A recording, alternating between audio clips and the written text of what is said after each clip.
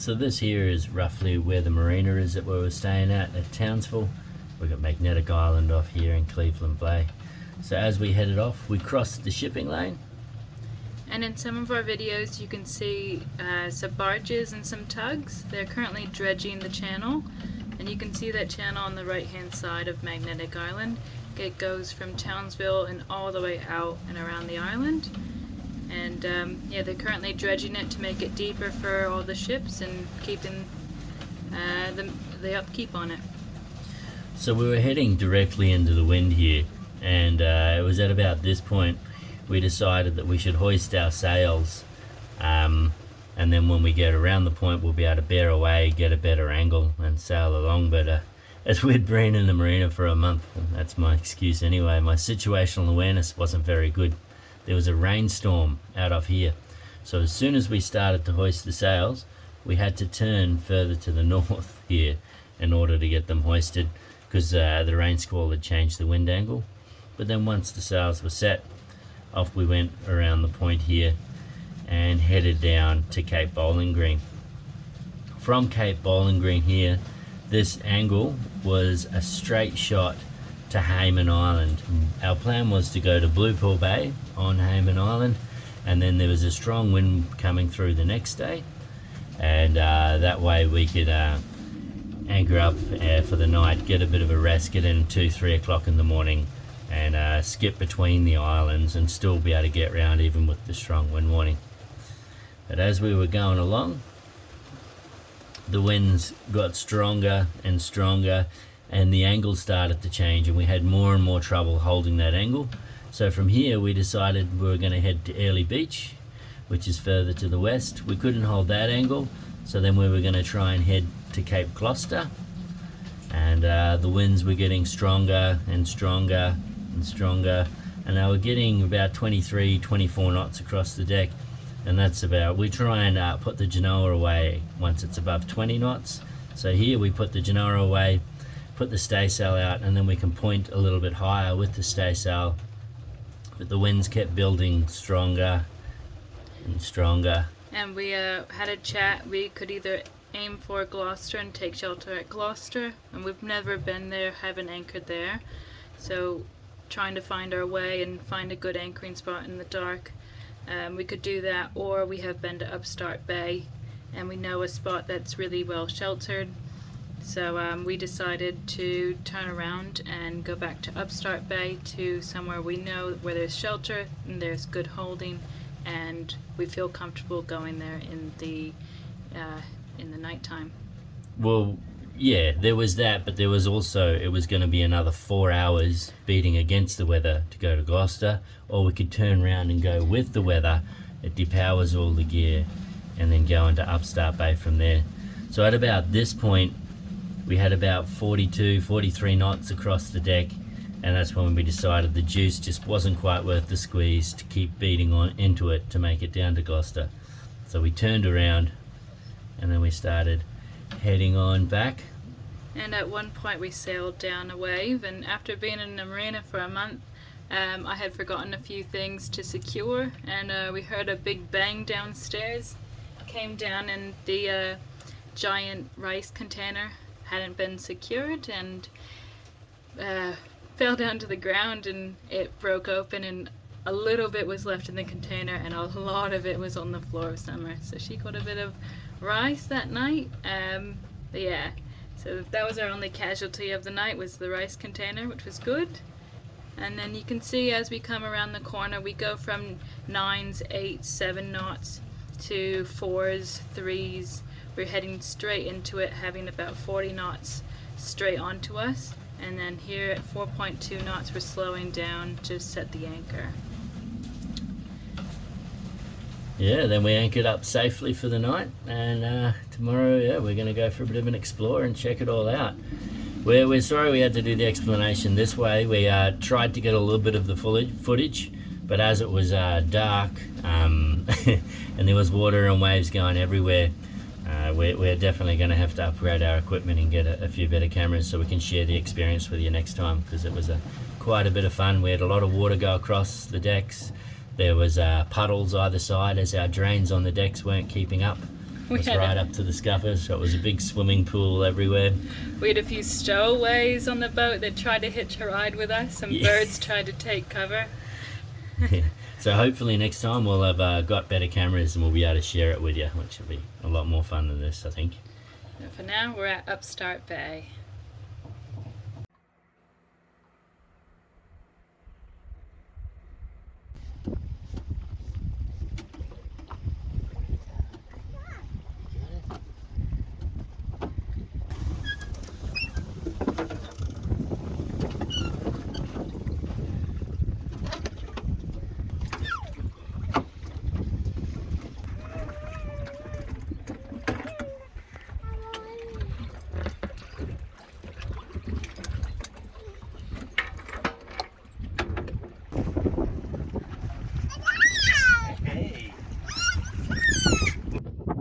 Arrived in Upstart Bay and we've just launched the tender and we're going for a boat peep at all of these beach shacks. There's 250 beach shacks here, and I wouldn't classify them as your typical beach shacks because some of them are 3-story absolutely beautiful houses, wouldn't you say? Yeah, they've all got power. Well, there's power here, so I believe they've all got power and mains power. And they're also in a lot of the concentrated bays 3 deep, so there's 3 different rows. There is a bush track where they can get vehicles in, a 4-wheel drive one, but most of them come by barges and stuff. We can hear a tractor moving a boat around just in here behind us. There's quite a few vehicles, and it is summer, in the middle of summer, but it's a very, very busy place. Absolutely amazing. Really, yeah, really, really beautiful.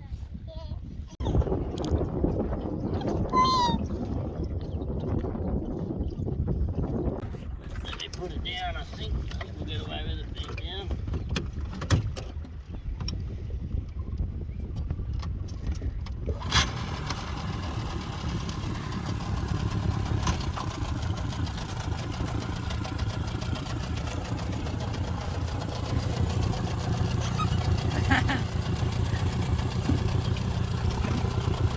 Go, Charlie, go!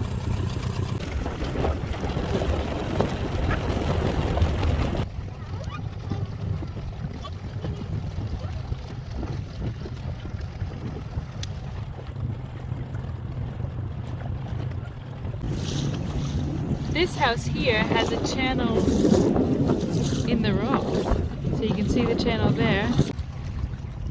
There's the channel there. Very neat.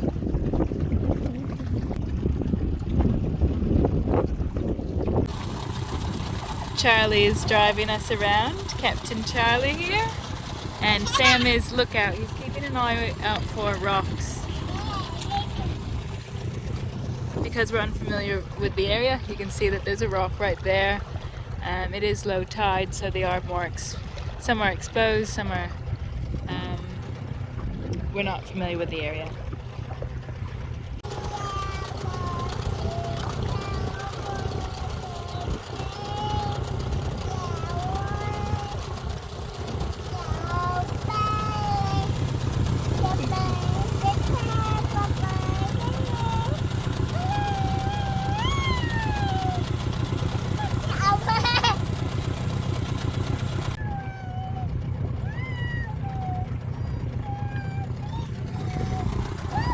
Music courtesy of Charlie.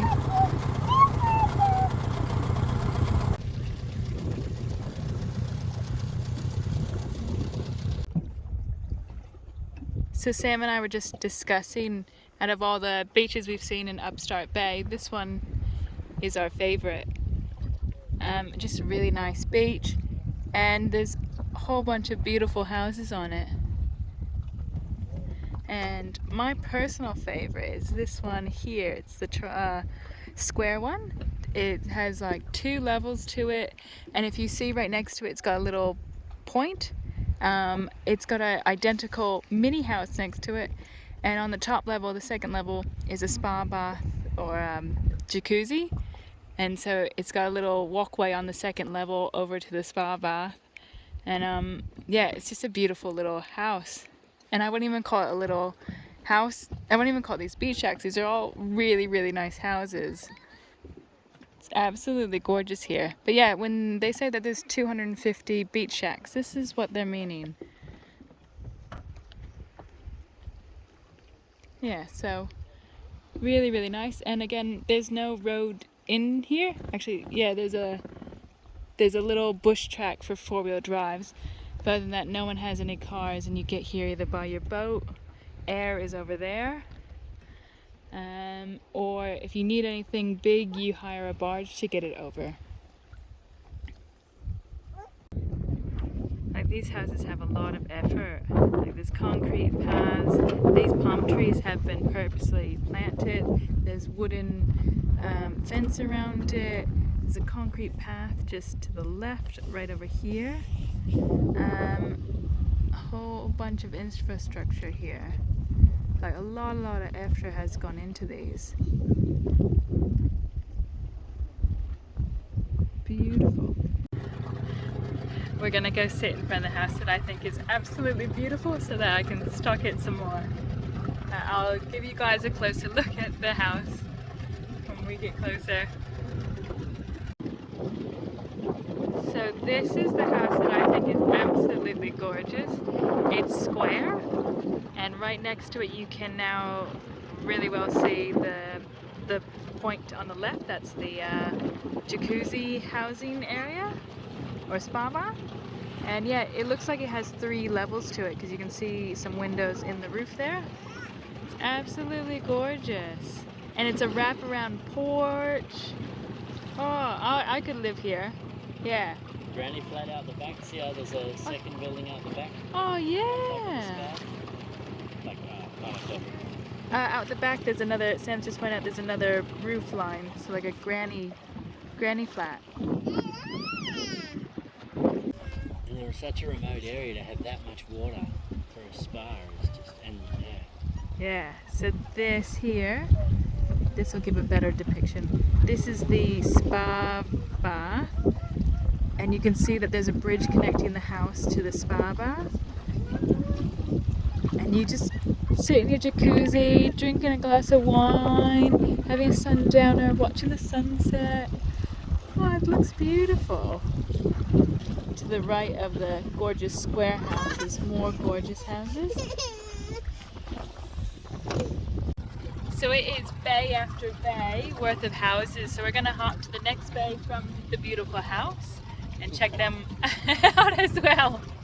The bay with the beautiful house. Yeah, the green one is neat.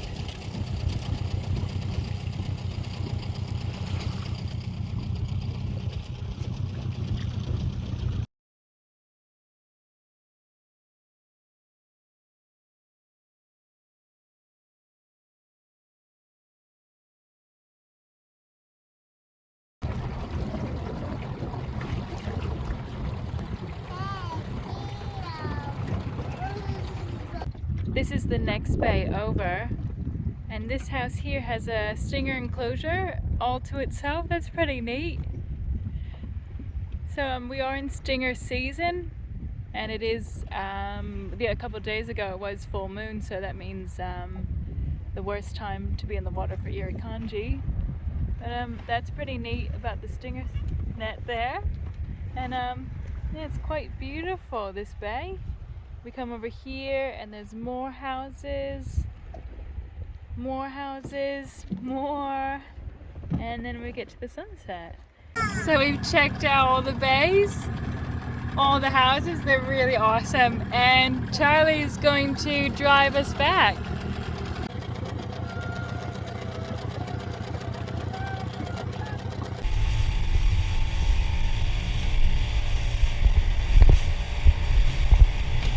Here, just ahead of me, we're following a blue spotted lagoon ray. They do have a barb. He's just settled on the bottom there. He's just trying to dig himself under. Oh, and I just scared him off. Yeah, there's a few rays in the shallows here. Very pretty. They do have barbs, but they're more scared of us than we are of them. Beautiful spot. At the moment it's quite shallow all in here, so we're going to anchor next to this tender here, which is in a creek, so we know if there's a lot of water flowing in and out, there's going to be a channel. So fingers crossed we won't get our tender trapped here.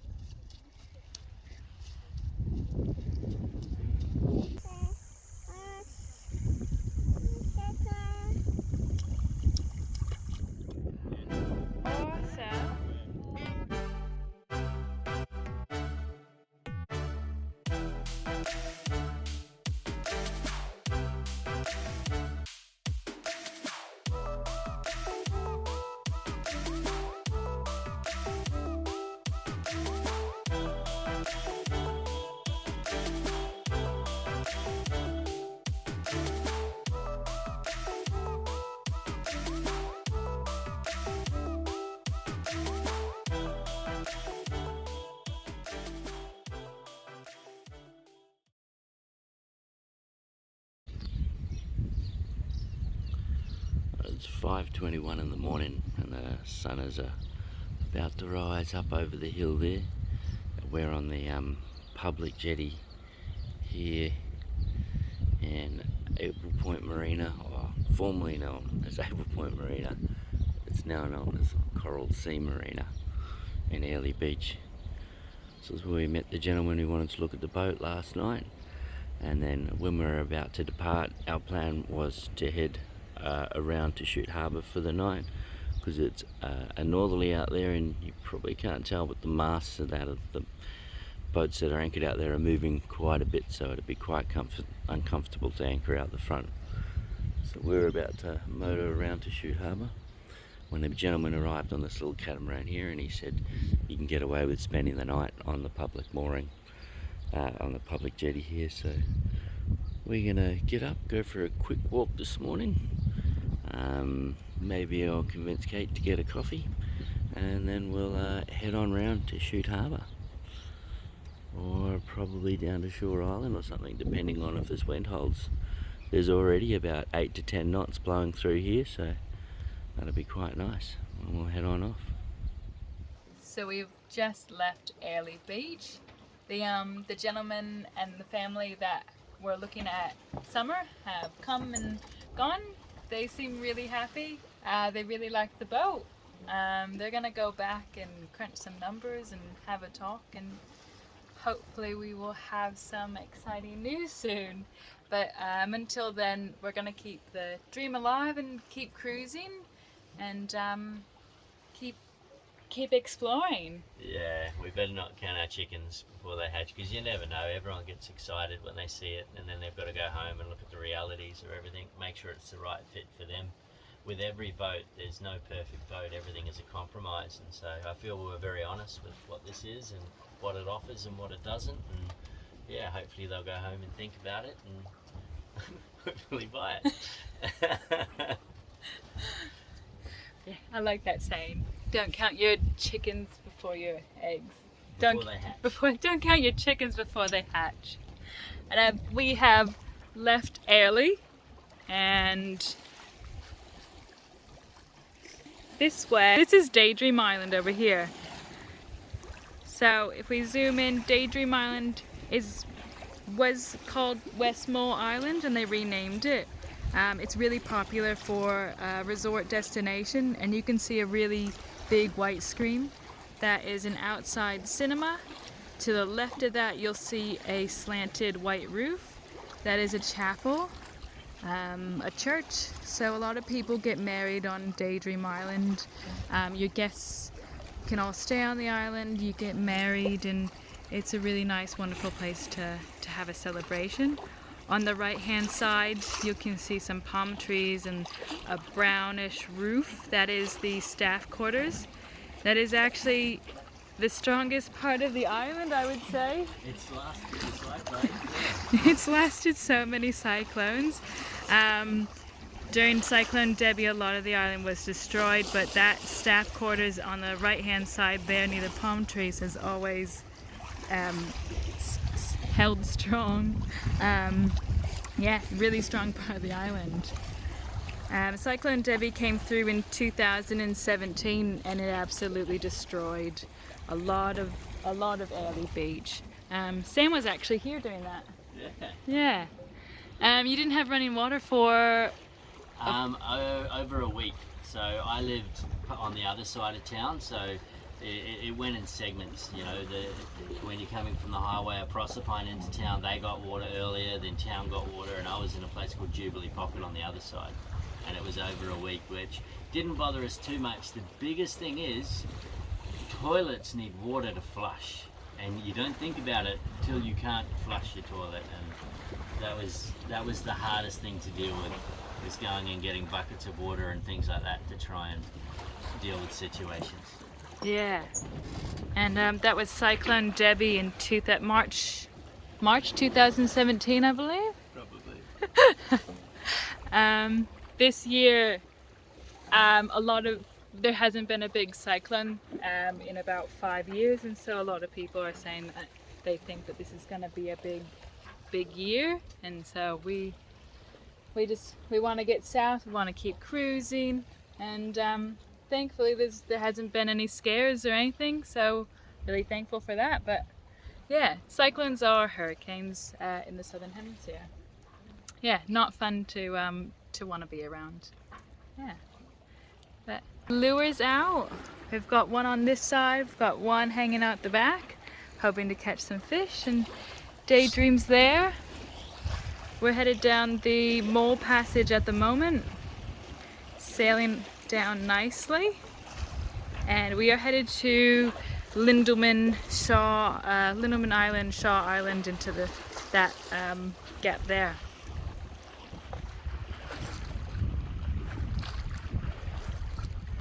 We are coming into Kennedy Sound. This here is Lindeman Island. And the mountains in the distance that you can see, that island is Shaw Island. And you can see in the distance here, there's the old wharf for the Club Med for the resort that's on the island. Was on the island, it's an abandoned resort here. So we're gonna go ashore and check it out.